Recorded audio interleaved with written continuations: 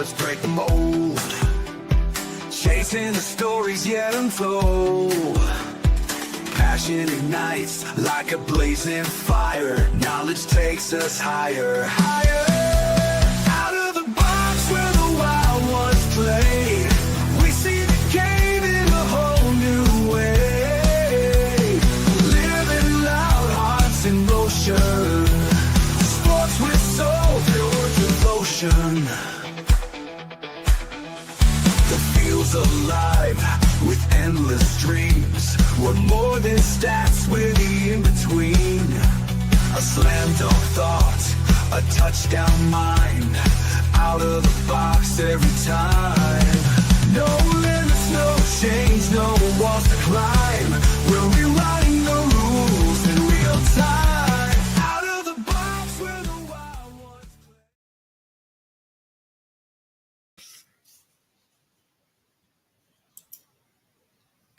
What's going on, Raider Nation? Welcome to the Silver and Black Lair. I'm your host, the Bat Fry, Kenny Fry. I hope everybody's doing well out there. And Raider Nation here on game day, Sunday, Chief Day. Can't get up for that. I don't know what you can get up for, right? Love to beat the ass of the Chiefs. It's been a while. So, all right. So real quick, let's get into the my final thoughts on last week's matchup against the Titans. A win's a win. And of course, the mantra has always been just win, baby. So it doesn't have to be pretty. It doesn't have to be gorgeous. It doesn't have to be efficient. It's just a win. And we'll take that win. Hopefully we can build on the win. It's 20-10. And it was an ugly 20-10. It should have been a lot more. The Raiders, I felt like the Raiders really dominated that game. But just couldn't, offensively could not get anything going. It really felt like the game plan was to kind of a little bit. They weren't giving him any of those deeper type passes, which I'm cool with. It was a lot of dink and dunks and short passes. So it was a more efficient, less scary Geno, but he still throws the interception. It still throws a terrible pass behind the receiver, intercepted, and just it's extremely frustrating. Thankfully, it was on the other team's Titans side of the field, where it wasn't, on our side of the field where it really put our defense in a bad spot. But it was also on the Titans side of the field where we're looking to go in to score, and we're getting nothing. So tough there. But our defense was able to create some turnovers. Devin White, interception, forced fumble. So there's all that. He also had a sack, so he almost had the hat trick.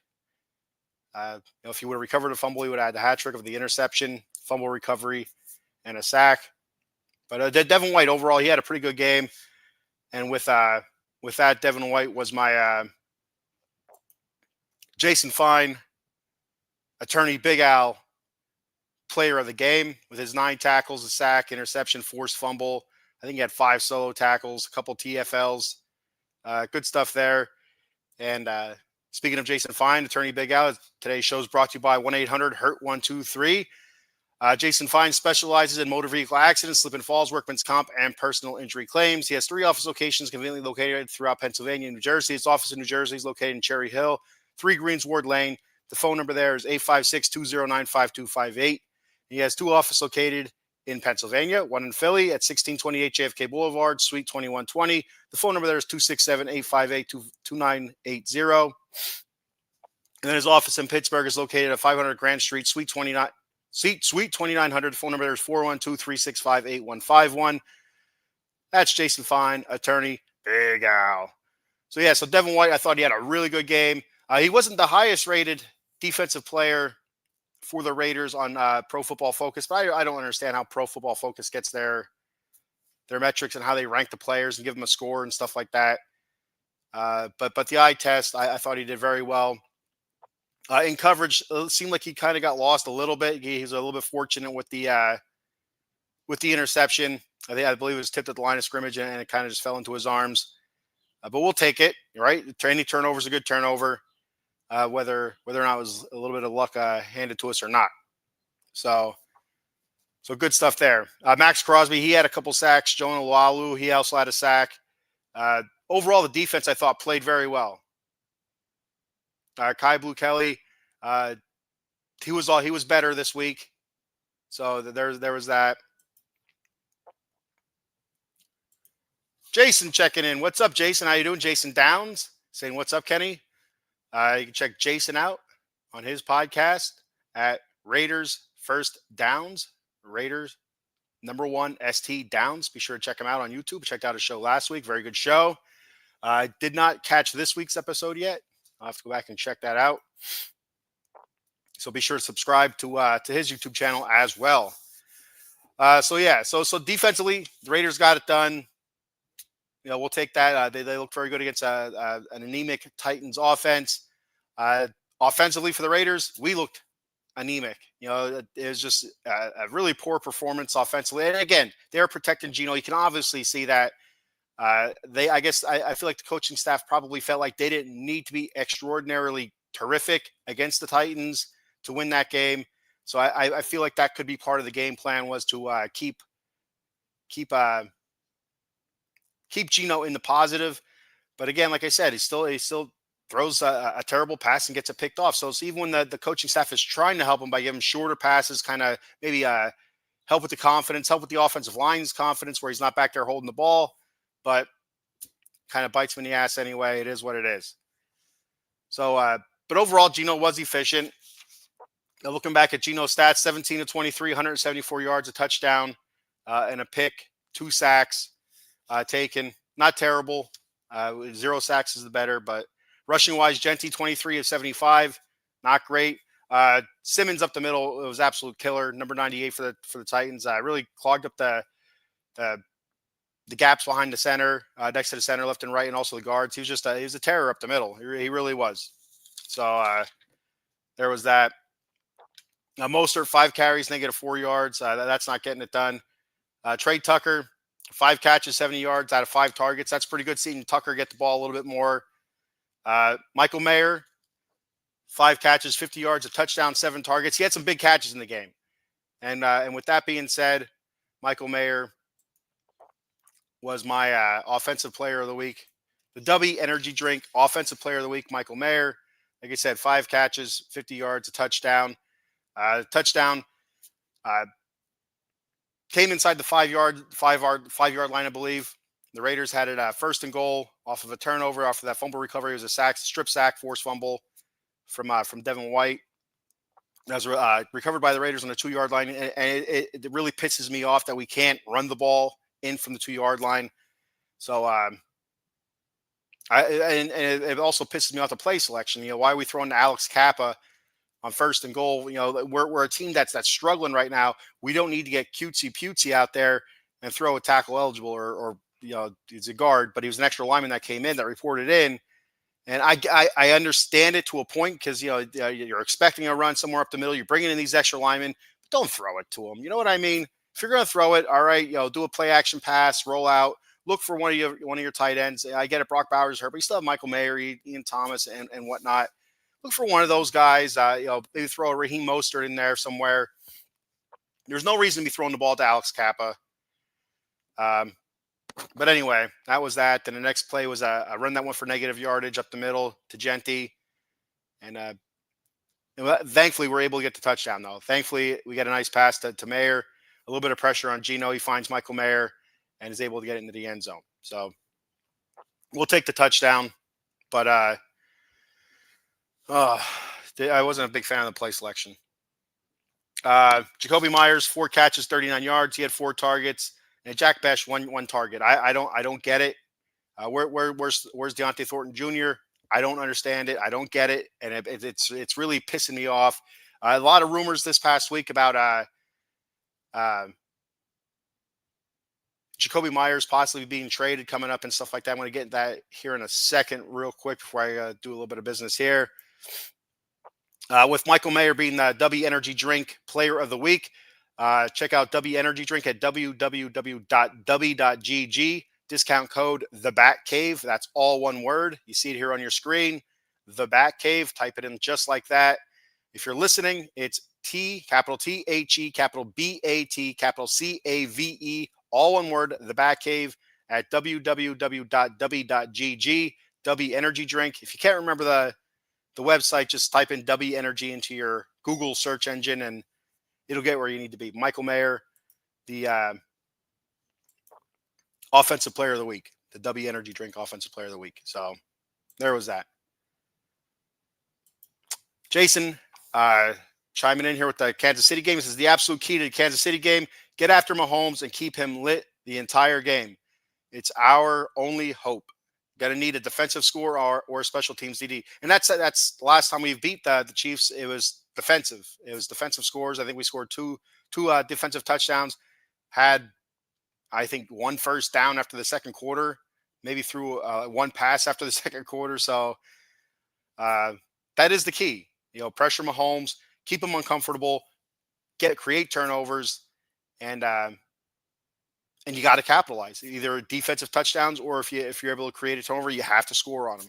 And any points are good points against the Chiefs. I know Raider fans, we hate seeing the Raiders drive and then kick a field goal, but points are points. We got to take the points, especially against the Chiefs. So yeah. So that's what I have here on the Titans. Let me run down the team stats here real quick. It was a good win. We'll take the win. It was ugly, but it's just win, baby, and that's how we roll it. First downs, Raiders 16-15. Third down conversions, Titans were 3 of 13. Raiders were 6 of 13. Pretty good there. Fourth downs, Titans were 2 for 2. Raiders were 1 for 1. Plays, Titans 59. The Raiders 57. You want to see that number in the mid to high 60s. That's really, you want to see that number, but both teams struggling offensively. It was just a rough game to watch. Total yards, Titans 225 to the Raiders 226. Drives, Titans had 10, the Raiders had 11. Yards per play, Titans 3.8, Raiders 4.0. Ugly. Pass yards, 160 for the Titans. Raiders 158. Cam Ward was 26 of 38, 3.6 yards per pass. He took 6 sacks. Great job by the Raiders defense there. Like we said, Max had a couple. Jonah Lalu had a sack. Devin White had a sack. I'm trying to remember who else had a sack. I don't remember who else. Lakey Fotu had a sack as well. And I'm not sure who else where the other sack came from. But there was 6. Took 6 sacks, I should say. The Raiders only took 2. Rushing yards, Titans 15 for 65, 4.3 yards per carry. The Raiders 32 of 68, 2.1 yards per carry. That's tough. Red zone, Titans were 1 for 2, Raiders were 2 for 4. Penalties, Titans 7 for 34, Raiders 6 for 27. Turnovers, Titans 3, Raiders 1. Win the turnover battle is huge in every game. So the Raiders get that, a +2 in that. Time of possession, Raiders 32 minutes and 26 seconds, Titans 27 minutes and 34 seconds. And that is the Raiders versus Titans. So during the week, we've heard rumors about Jacoby Myers possibly traded. I think he's going to be traded. I think it's a no-brainer, so no doubt. I think it will go down, and I wouldn't be surprised if it happens during the bye week after this week. I personally 100%, I believe he will be gone during the bye week. And I don't think it's anything against him. I just think that the Raiders are looking to dump him and get one of these younger guys in. Hopefully, that's what they're looking to do, because these younger guys are just sitting there on the shelf, not getting any scratch, not getting any targets. Like, I don't understand what the issue is. If there's a lack of trust from Geno, are they not dialing up plays for these younger guys? I don't know. I don't know where it's coming from, but it is frustrating for all of Raider Nation. We've heard so much about Jack Besh this, Jack Besh that. Oh, Deontay Thornton's killing it in camp. Oh, he's killing it in camp. And we get here to the game time and we're not seeing shit from him. Is it something that they're doing? Or are they not putting out? Are they not understanding stuff? Are they not putting out the effort of practice? Is it just? I don't know. But I really do. I firmly believe that Jacoby Myers will be gone. I'll be surprised if he's not. I'll be happy if he's not. I like him to stay. But I feel like they haven't signed him yet. They're not going to sign him. That's how I feel. I don't think it's going to happen if it hasn't happened yet. I do believe they'll move on, and we'll go from there. He'll get traded. And I know I also have seen a lot of scratch before the Titans game about some uh, media people and maybe I'm sure some fans were thinking that maybe the Raiders should look to trade Max Crosby, and that's something we talked about last week. So we'll keep an eye on that, as well as the trade deadlines in November. I don't know the exact date off the top of my head right now. I'd have to look that up. But with the trade deadline coming up in a few weeks, it's something we're gonna have to watch where the Raiders are at. If they're showing improvement, the Raiders are going to keep Max. If they continue tanking, I wouldn't be overly shocked. I would not be overly shocked if they ask Max if it's okay if they explore trades, and Max gives his blessing, because he says he wants to be a Raider. He is a Raider. It just feels right, but he also wants to win. So you have to see where if he's seeing improvement and the Raiders are seeing improvement, I would expect him to stay. But if the Raiders are tanking, it's just looking like another dead end. They're just going to drop bombs everywhere and start a quick rebuild, because remember, Carroll's here only 3 years, so he's going to build for those 3 years. He wants to win now, so he's not going to be building for 10 years, 5 years down the road. He's looking to build for now, so it could be a quick implosion, and go out and pluck some pieces and go young and see if they can strike on some trades. But again, that's for a couple weeks yet. I don't foresee Max being traded before the trade deadline. But I do Jacoby Myers. I really do. And if we get something back, I'm thinking probably I would like a third would be awesome. But I'm thinking more in the line like a 4 or 5, somewhere around there, not a 6, 7. If you know, you know. And I hate it so much. I don't even know why I did it. Bothers me. All right, so moving on to the Raiders versus Chiefs. Chief week. If you can't get up for the Raiders versus Chiefs, then just don't even call yourself a Raider fan. You always get up, no matter what the records are, no matter how terrible the Raiders look. You still get up for it. The Raiders versus Chiefs, Raiders versus Broncos. I know for me personally, I always get up for those games. I hate the Broncos something fierce. I despise the Broncos, but the Raiders Chiefs, I dislike the Chiefs. I don't hate the Chiefs. I really despise Travis Kelce for a whole bunch of different reasons, and it's nothing Taylor Swift related. I have nothing against Taylor Swift. She's a Pennsylvania gal. She's all right in my book. I don't care if they show her every other play. She's easy on the eyes as well. So there's that. And she's talented. She's uber talented. So Taylor Swift, all right in my book. I don't care how often the NFL shows her. If it brings eyes to the TV, to the NFL, that's fine. It is what it is. So I do have an issue with her being an Eagles fan than being a Chiefs fan. You still got to be true to your original team, whether or not your spouse. No, you know what? They're not married yet, but still, I guess her significant other is a Chief. But still, I just don't like how quickly she flip flopped. She a Pennsylvania girl. She was an Eagle fan, then all of a sudden she's a Chief fan just because her boyfriend's a Chief. Oh. So whatever. I don't know. That's a petty argument, but it is what it is. But Travis Kelce, I can't stand. I don't like, just the way he acts sometimes, his mannerisms, and he also kills the Raiders every time they play each other. Taylor Swift, I don't see it. I think she's nice. I think she's pretty. I mean, she's not my type of girl, but she is talented. She is talented. She's able to play her own instrument. She's writes. I assume she writes some of her music. I don't know if she writes all of her music, but I do know she writes some of it. And she's a Pennsylvania girl, so I got to give her props there. She was Republican, but now a libtard. I don't know about all that stuff. I'm not a political guy. I don't know what side she falls on, or pretty much anybody falls on. I know Butker's Harrison Butker, the field goal kicker for the Chiefs. He's your wife should be in making sandwiches kind of guy, but whatever. What they do is what they do. What I do is what I do. I could care less what anybody's political affiliation is, and that's one of the things that I always had a strong belief in, that I won't allow any kind of entertainer or sports figure or a friend or a relative of mine, define what I believe in. But I'm also not going to get mad what they believe in. If that's what they're into, that's what they're into. I could care less. Doesn't affect me in any way. Maybe it might make some things challenging. With certain aspects of life or whatever. With you gotta do this because of this group doesn't like that. Whatever. Right? Again, if it makes things a little bit challenging, it is what it is. But yeah, I don't care what their political affiliations are, what side of the fence they fall on, or what they believe in. If you know Israel, Hamas, whatever, I don't care none. For Trump, against Trump, hate MAGA, love MAGA. I'm down with everybody. I have nothing against anybody except for Travis Kelsey, and when Tim Tebow was a Bronco. So, Jason says, I don't care about political alliances, but don't use it as a means to promote yourself.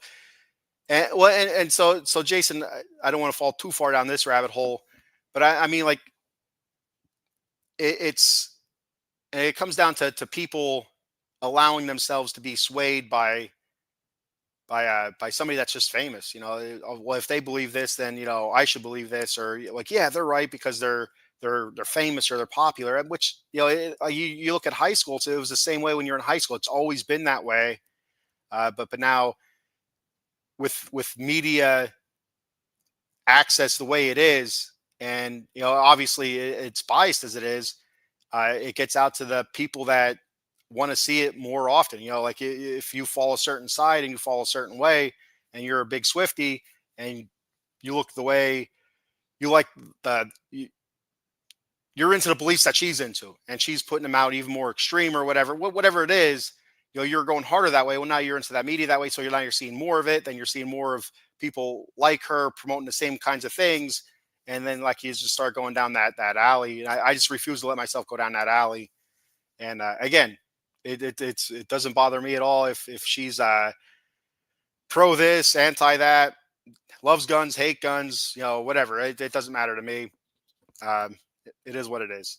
I'm Batman, so I'm down the middle. I like you, I don't, and it's not going to be because of you're a Trumpy or whatever else there is out there, a Democrat, Republican, horse, donkey, or elephant, donkey, horse, elephant, donkey. It doesn't matter to me. I just want sports to be sports, music to be music, and movies to be movies. And again, Jason, it's something I talked about with some guys at work before. Some guys at work won't watch football because of the whole Colin Kaepernick thing. It's like, why? You don't have to watch the national anthem. No, you don't. Like, when the kneeling stuff happened, you don't have to watch that. You can still watch the game. You can still be into the game without having to see that or listen to it. And same thing with music being music. I love Green Day. They get, we've seen them last year, I guess it was, live. They didn't get overly political, but they've had a lot of political beliefs and stuff out there. And what I went to see Green Day, I'm not into the political stuff. They use it as a platform for about 10 seconds, and that was it. But I didn't let it figure into my whole day, my whole night, my enjoyment of the experience. And same thing with actors and actresses. Movies. That's one thing, that there's a script, there's a plot, there's light. So if it's a political movie, well, yeah, then it's going to be, that's what the movie's supposed to be. But the actors and actresses in it and stuff like that, I don't care which way George Clooney falls on what. I don't care which way. I don't know who Will Ferrell falls on. I like Will Ferrell, the comedian. I like Will Ferrell movies. I like Will Ferrell, the Kings fan, and the Will Ferrell political. I don't know if he's political or not. I don't see him. I'm just pulling a name out of the top of my head. For some reason, Will Ferrell came to mind. I don't know what that's all about. George Clooney came to mind because I'm seeing Batman, and he was a Batman. He was probably the worst Batman, but I call that on the script, to be honest with you. But anyway, politically, it doesn't matter what they say. I'm not a fan of what any of them say, because it doesn't affect me. It's if I like their movies, I like their movies. It's not going to affect what I think about them, and whatnot. So, like for instance, and this is going to be the last thing I say on it. If you had who's a so yeah, we'll just stick with George Clooney. We'll stick with George Clooney because I know he's a big or no, what's the guy, the Jimmy Kimmel guy, the Jimmy Kimmel lad. So let's say for some reason, everybody, not everybody, but a huge majority of one side hates Jimmy Kimmel because of his thoughts, his beliefs.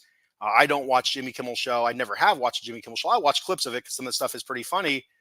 but that's where it goes. I don't, if it's funny, it's funny, and I like it. But what his beliefs are may not be things that I believe in, but I'm not going to let that affect what I think about some of his material. I just won't. It doesn't mean I have to like him. Doesn't mean I have to hate him.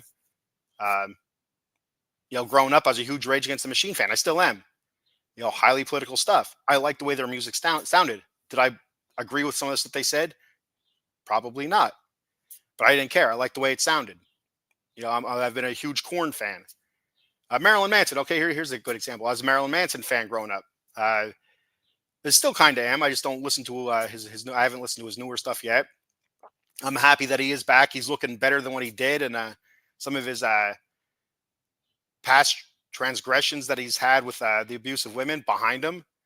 But he is looking better. Seems to be in a better place. Whatever. That's fine. Whatever. But anyway, Marilyn Manson, a lot of his material, anti-Christ, all that good stuff. Or not. I'm not saying that's good stuff.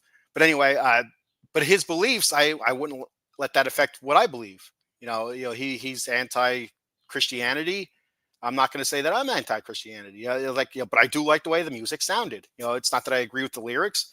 I like the way it sounded. If visually I see a movie, I may not agree with those actors' views, thoughts, and opinions, but I like that movie. I'm still going to watch that movie. That's the way I go. My quarterback, if he's a huge, politically out there kind of guy, I'm not going to let that affect the way I view him on my team. As long as he's throwing good passes, throwing touchdowns, making great plays, he's all right in my book. If he's out there throwing interceptions, blah, blah, blah, getting sacked all the time, making terrible throws, I'm not going to be a big fan of him. But I'm not going to let the political side of it sway me into that. And that's it. That's kind of like where the point I was trying to get across with that. And all this talk because of Taylor Swift. God damn Taylor Swift. Anyway, so back to it. Raiders versus Chiefs. Chiefs won eight of the last 9, I believe 17 of the last 20. And I had a lot of talk this week. Like, is this actually a rivalry game? It's all one-sided. I think it'll always be a rivalry game, but it loses some of its luster. I feel like the one thing that does give it some pickup is the Mahomes versus Max Crosby aspect of it, because it always seems to have that little extra zest, a little bit extra pepper to it. And that's a lot of fun for everybody. Max really gets at it. He seems to get really, really up for this game. He's up for every game, but it seems like there's a little bit extra edge to it. And you love seeing that. You absolutely do. So, and the reason for the Batman mask is because it's Chief Week. And I just want to see if maybe this helps the Raiders turn it around, at least to play better. I'm not going to say to win, but at least to play better. Chiefs have been playing better as of late, so that's kind of a shitty spot to be in for the Raiders, to be honest with you. The Chiefs they've had a tough road so far this season. They're 3-3 right now, and the first part of their schedule is pretty rough. So the Raiders sitting at 2-4, coming off that win versus the Titans. The Chiefs coming off a win against the Detroit Lions last week. So, all right. So looking at some stats here, I thought were pretty interesting as I was looking at some stats. Chiefs are 9th in points per game at 25.8. Raiders 30th, 17.2. That is super ugly. Red zone percentage, the Raiders and Chiefs pretty I don't want to say close. Opposite almost. The Chiefs are sitting at 34%. 13th, and Raiders all the way near the bottom of 31st. I didn't think it was that bad, to be honest, until I actually seen the stat. I'm like, holy shit, they're not very good. The Raiders sitting at 39%, 31st in the league. That's rough. Yards per game, the Chiefs 8th, the Raiders 23rd. I feel like last week's game kind of knocked that down a little bit. The Raiders have been consistently, like around a 320-yard mark. Still not great, but a little bit better. 23rd, 306.7 yards per game. And the Chiefs sitting at 8th, 360 yards per game. Chiefs are sitting 12th offensively on third downs, 41%. This is where it's really close. Raiders are 41% as well. The Raiders, I feel like they've been doing very well this year on third downs. Not great, obviously, not in the top 10 or top 5 or anything like that, but top 15, I'll take that. Top half of the league, I'll take that for a team that struggles offensively. Yards per game. Rush yards per game, the Chiefs are at 14th, 118.7. The Raiders 23rd, 105.2. It has been getting better. the last couple of weeks. Last week against the Titans, not very good. So that took a hit there. But a couple of weeks before that, it has been getting better as they start to run Genty a little bit more. Last week, Genty, I think, was 25 carries. Did I say? No, 23 carries. It was a season high for him. 25 touches. So he had a couple of receptions there as well. Pass yards per game, the Chiefs sit at 8th, 2,413. The Raiders 19th, 2015. Now looking on the defensive side, opponents' points per game. This is a little bit misleading. Chiefs 11th, 20.7. The Raiders 23rd, 24.8 points per game given up. Now you have to remember, with all the turnovers the Raiders have had, there's been a lot of times where that defense has been given the short side of the field and done a pretty good job holding those teams to field goals. So it's a little bit misleading there, but can be better with a little bit of help from the offense not turning the ball over, especially on our side of the field. Jason Downs says Geno was horrible in red zone before he came to us. Yeah, and I never really deep dive into Geno's stats. You just kind of look at the basic stats, yards, touchdowns, interceptions, completion percentage. It always seems like he has a decent completion percentage his last few years with the Sea Chickens. But you saw the interceptions starting to steadily creep up and the touchdowns creeping down. And I think a lot of that goes to the red zone because of red zone issues. That's one thing when the Raiders did get him was a lot of talk about Geno is efficient, his efficiency, a high completion percentage. He'll get you the yards, but then in the red zone he's not very good. So. Got a comment here from Corey Rice. Corey, thanks for checking the show out. I appreciate it. I'd appreciate it also if you were to subscribe to the Out of the Box Sports channel. If you're already subscribed to the channel, give it a like, thumbs up, hit that notification bell, and also follow me on the Bat Fry Pods on YouTube. I'd appreciate that. Corey says, Geno sucks. Geno sucks. Been in the league 12 years and has been good for 3. Yeah, and that's the one thing where I struggled with when I was okay with the signing, the trade. I was okay with it. I wasn't really a big fan of the contract, but I was okay with the signing just because it did feel like a little bit of an upgrade. I still like Aiden O'Connell. I don't think Aiden O'Connell is the answer, but I do like Aiden O'Connell. I think he could be a good quarterback. Not a great quarterback. I think he could be a good quarterback. But all those years, Geno was just terrible. I seen him play a lot with the Jets. Being here on the East Coast, I'd see more Jets games than anything. Well, not than anything. It was always Eagles, Steelers, then Jets. You'd always see the Cowboys, and of course, and Giants games, and Redskins or Commanders, and Ravens. You see those teams more often than not, but mostly Eagles and Steelers. But anyway, it's one thing I never really understood. He had 3 good seasons, and really you'll go back and look at it, and 2 of those seasons were really good. Like last season, he was decent. He was decent. So I didn't get it. The praise that he received, I did think it was an upgrade, but it's been terrible. And again, the Seattle offense, thrown to Tyler Lockett and DK Metcalf, they're not here. So he, I don't know what the offensive line was like in Seattle. I don't know if it was good, bad, or different. I don't remember what I've heard through other Raiders podcasts when Geno was first picked up. I know it's been talked about what the Seahawks offensive line was, if it was any good or not. So what his protection was like, I'm not really sure. But I'm not really seeing the praise that Geno got before he got here.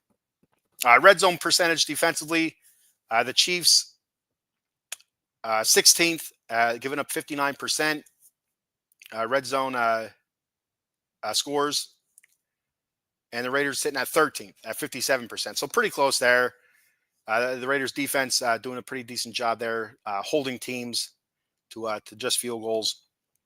Opponent yards per game, the Chiefs 12th, 311.2. The Raiders 11th, 311. Again, pretty close. Third down conversions for the opponents. Chiefs are 14th at 39%. The Raiders 25th at 42%. And it's a from 14th to 25th, but those percentage points are pretty close there. Jason says, I was optimistic about Geno. His Seattle days were good, but this is not what I expected. And those who want to beat their chest because they think they were right. And also, Jason says, congratulations. Even a broken clock is right twice a day. That is correct. It is. And so, yeah, and I was expecting better. I didn't think we were going to get 32 touchdown, 4,500 yard passing Geno. I didn't think we were going to get that one because our team's built different. I was expecting a lot more running than passing. And so far, the closest to being balanced has been basically last week against the Titans, I believe. I'm trying to remember what it was against the Colts, but I feel like it was probably a lot more pass heavy, but I don't remember 100% without going back and rifling through papers and looking for stats again. But anyway, yeah, I thought it was going to be better. He had some good seasons with Seattle. He had a decent season last year, and so far it's been a shit show. And I'm not dropping back and punting on Geno yet. I'm not.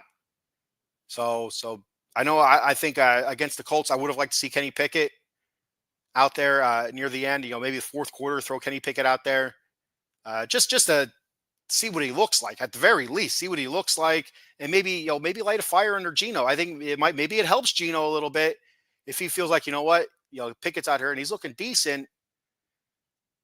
Maybe I need to pick my game up. I need to more film or more recognition. Stop staring receivers down. Staring receivers down. Stuff like that.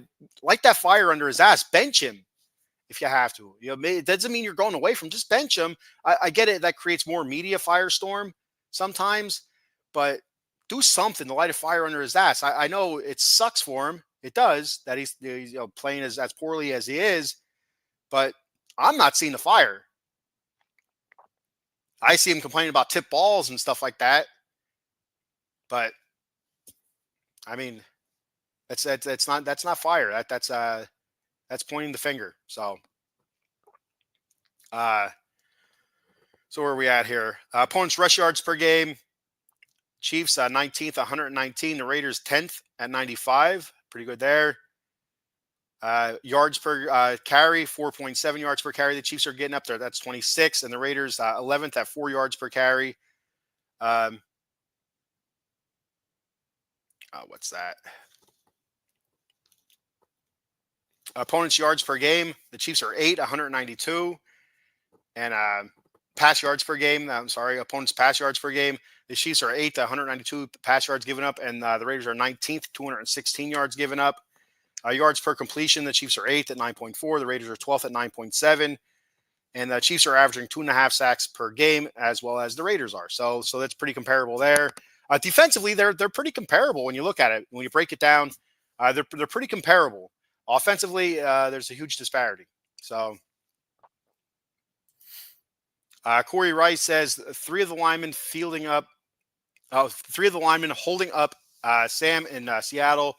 We're holding up Geno where he was there. They have an undrafted center like we do in Meredith and a rookie lineman starting. So pretty comparable. The Seattle offensive line, the Raiders offensive line. And again, I'll beat my chest for the rest of the season as long as we're continuing doing it. Meredith never played center. Why are we playing him center? And the explanation of because he looks like Jason Kelsey just pisses me off to no end. So that's what I'm going to stand on that. He's never played center. Why put him at center? If you didn't want Jackson Powers Johnson at center, you wanted him at guard, fine. I'm fine. Fine, whatever. As long as he's playing, I feel like he's a very good offensive lineman. But Meredith is not a guard, or he's not a center. He's a guard. So you should have if you wanted a different center, we should have re-signed what's his name from last year? I can't think of his name right now off the top of my head. I said it last week, and I ain't gonna remember, so I'm not gonna try. I apologize for sniffling a lot. I've been sick the last couple days. That's why I didn't go live Thursday. I've had a sore throat, and it's to be 100% honest, it's killing me right now. Mouth is dry, all that good stuff. So there's that. So looking at the tail of the tape, stat comparison wise, Geno 123 attempts, 186 completions, 66% completion percentage. That's not the problem. So 1,350 yards passing, not the problem. 7 touchdowns, 10 interceptions, and there's your problem. 18 sacks, there's a problem. 20 carries, 71 yards. I'd like to see Geno maybe escape a little bit more. I know that's not his game. Maybe he should make it his game instead of squeezing balls in, which sounds kind of funny. Maybe he should, tuck and run. Mahomes, 138 completions to 213 attempts, 64.8% completion percentage, 1,514 yards, 11 touchdowns, 2 interceptions. He doesn't turn the ball over much, but against the Raiders, we've seen in the past, pressure, keep him contained, and he can. 38 carries, 222 yards. That's the big one. You have to keep him contained. Mahomes has hurt us so many times where you feel like you have him dead to rights. He's able to pull up and run and get that first down or get a huge gain, and just turns the tide. It starts the Chiefs start offensively get a little bit of momentum, and they end up scoring a touchdown on that drive. It's you've seen it a million times since he's been there. I think he's lost the Raiders twice, so far in his career. So he's had the leg up on us.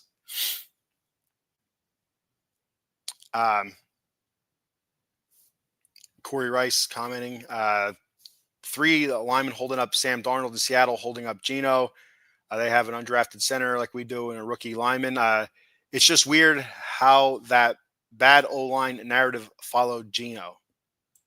Yeah, and sometimes, to be honest, sometimes it's on the quarterback, right? Sometimes you're holding the ball too long. We're not taking that open receiver, or you're staring somebody down. That's where the interceptions are coming from. There's also been talk that he's tipping. He's kind of tipping when he's throwing, and people are breaking on his passes. So there's that as well. So leading the way, rushing wise, you have Pacheco, 51 carries, 214 yards, and Kareem Hunt, 49 carries for 187 yards for the Raiders. Genti, 105 carries, 424 yards rushing, 3 touchdowns, 14 catches for 73 yards and 2 touchdowns. Raheem Mostert, 16 rushes for 80 yards. That's our second leading rusher. Pacheco, he's a good receiving back out of the backfield as well. Looking at receivers, you have Kelsey, 28 receptions, 321 yards. He's their leading yards. He's leading the team in yards receiving, 2 touchdowns. Hollywood Brown, 30 catches for 302 yards, 3 touchdowns. Tyquan Thornton, 13 catches, 272 yards, 3 touchdowns. Smith Schuster, 19 catches, 225 yards, 1 touchdown. Xavier Worthy, 13 catches, 145 yards, and a touchdown. And they're also getting Rashee Rice back. So Corey says, sorry if I typed that out twice. No, you're good, man. You're good. You kind of extended it a little bit with you added something to it there at the end. So it was good for me to read the whole thing out. So I read it how it all makes sense. The first time you put it out there made sense, and then the second one you added a little bit at the end. So 2 separate comments, a lot of the same words, but it's all good. With Rashee Rice coming back now for the Chiefs this week, it's a tall task for the Raiders, and it's going to be tough. It's going to be tough. The secondary, which has struggled this season, struggled to gain an identity, I guess, is to put it nicely. Paul Amal's been struggling. Kaibu Kelly, good tackler, but he's been struggling in coverage. Not seeing the rookie. Again, names escaping me. It's oh God bless it. It's gonna kill me. I can't think of his name right now. I don't think I have. No, I don't. Anyway, so yeah, that's that. The Porter, Darian Porter. There it is. I don't know why I just thought of it. Darian Porter, the playing time he got against the Colts, it was a blowout, but he didn't play all that bad. Why he didn't see any time on the field against not one snap against the Titans, I don't know. I don't get it. But again, Kelly didn't play that bad against the Titans, and the Titans are not some sort of offensive juggernaut. I mean, we kind of made Cam Ward look pretty efficient, even though throughout this whole season he's not been efficient. Besides the fourth quarter against the Cardinals, when the Titans made a nice comeback and were able to beat the Cardinals. So there's that. But with the secondary struggling, having Rashee Rice back, Corey Rice, he's the one that's been commenting. Corey Rice, Rasheed Rice, Cousins, perhaps. I don't know. Corey Rice, you tell me. Jerry Rice, Cousins, I don't know. But anyway, yeah. So obviously Kelsey's they're out, their main out guy. They're going to get it to him a lot, but they're also when Mahomes is in trouble, he's looking Kelsey. When he needs a completion, he's looking Kelsey. He's had 37 targets. So their highest targeted is Hollywood Brown, 44. Yeah, I'm expecting the targets for Hollywood Brown to kind of drop a little bit now. Rasheed Rice is back, but it's still Rasheed Rice is a very good receiver, and yeah, Tyquan Thornton. I believe he's a rookie. If it's not a rookie, it's a second year, but I think he's a rookie. He's having a very good season so far. Not a lot of receptions. He had 13 receptions, 25 targets. Not a great percentage there, only catching almost about 50% of his targets, but still 272 yards. So I'm looking here, you're thinking that's probably a lot of deep down the field type passes. Corey Rice says we should try to run more.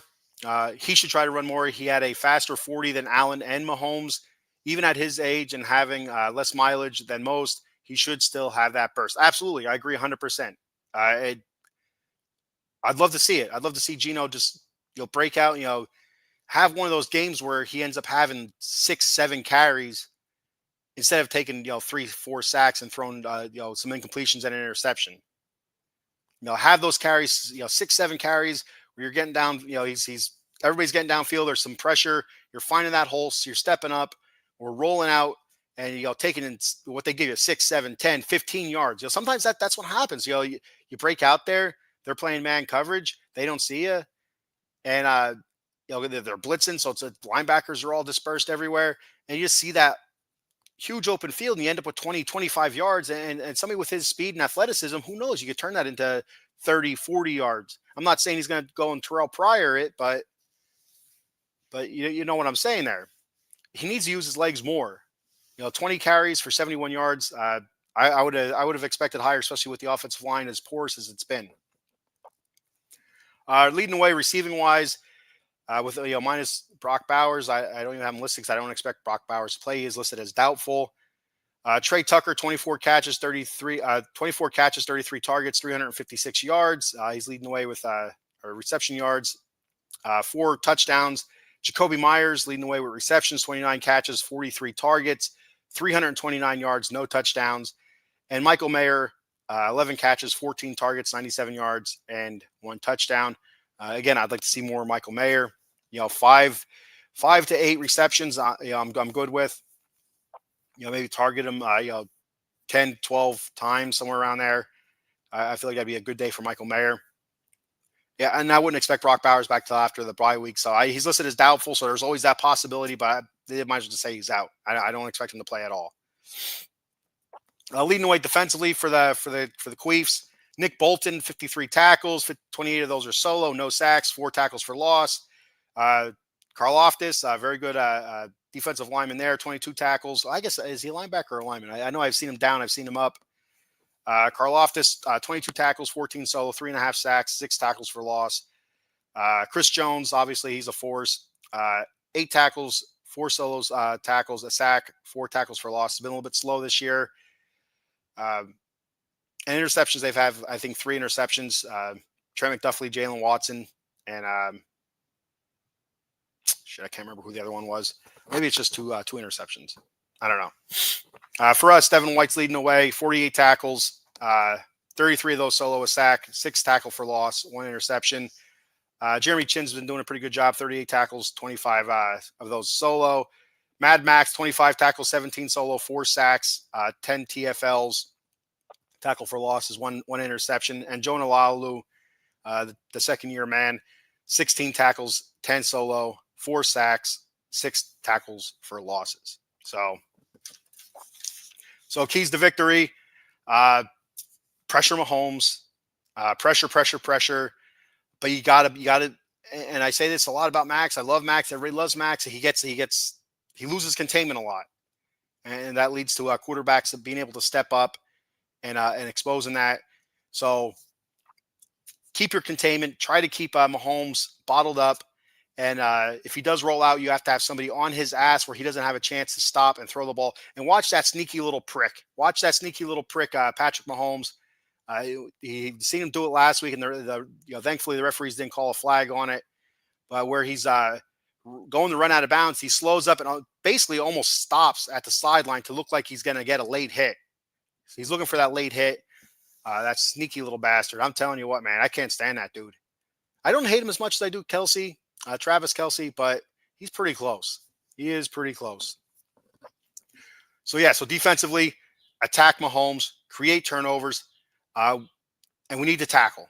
We need to get the guys down, the ball carry down immediately. We can't have ball carriers breaking 2, 3, 4 tackles, getting yak and stuff like that, yards after contact. We just don't want that. So we need to have consistent tackling, pressure Mahomes.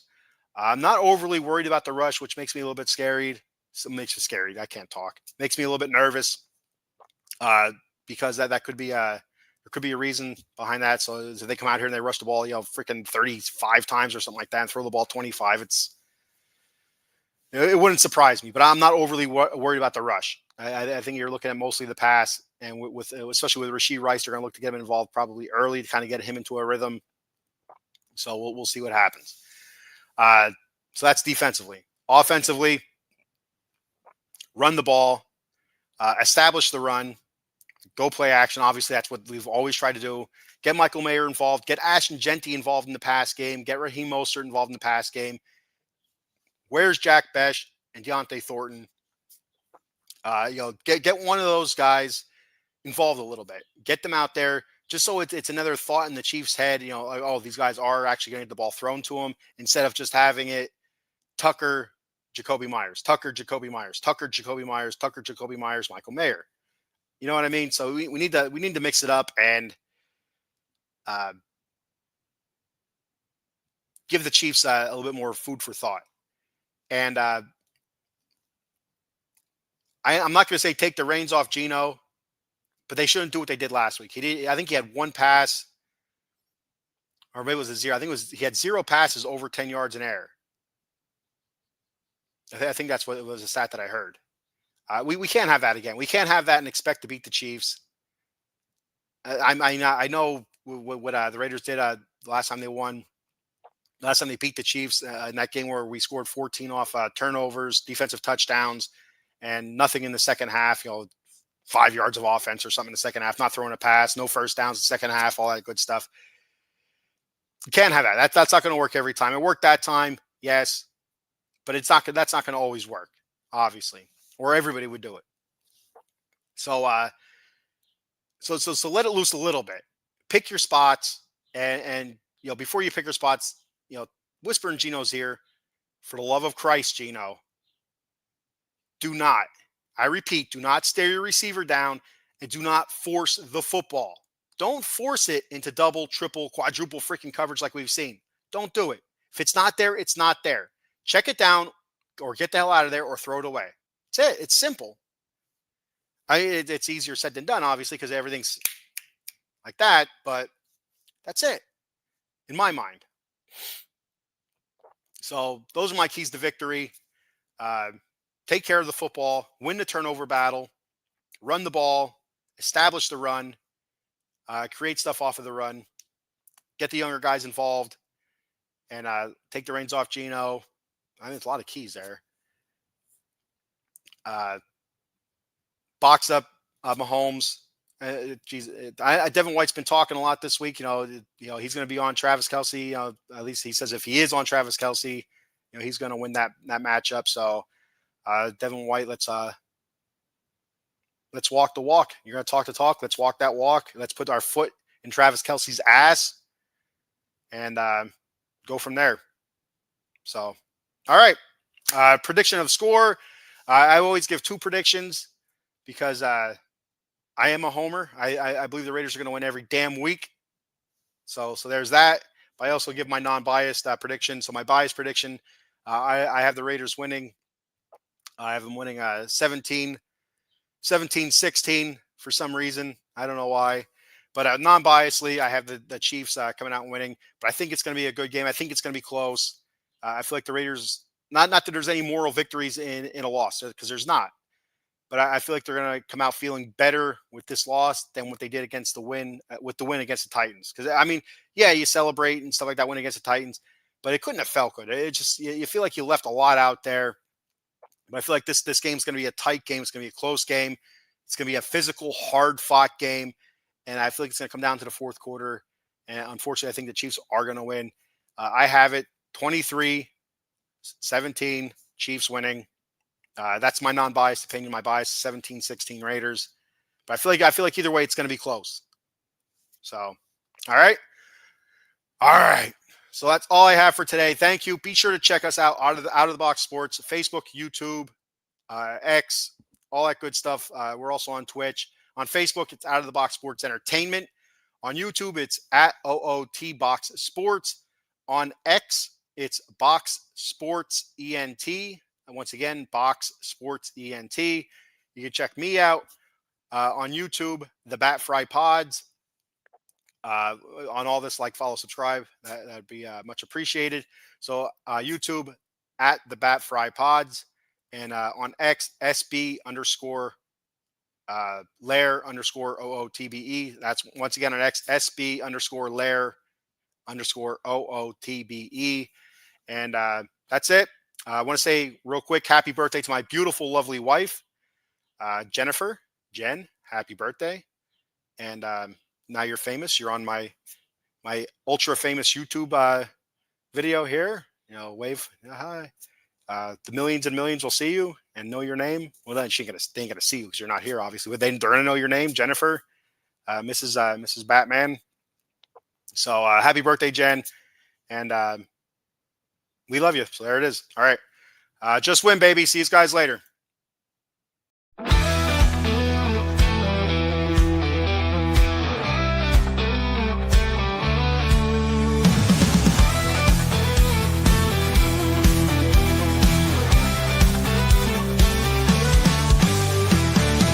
Getting strong, let's break the mold.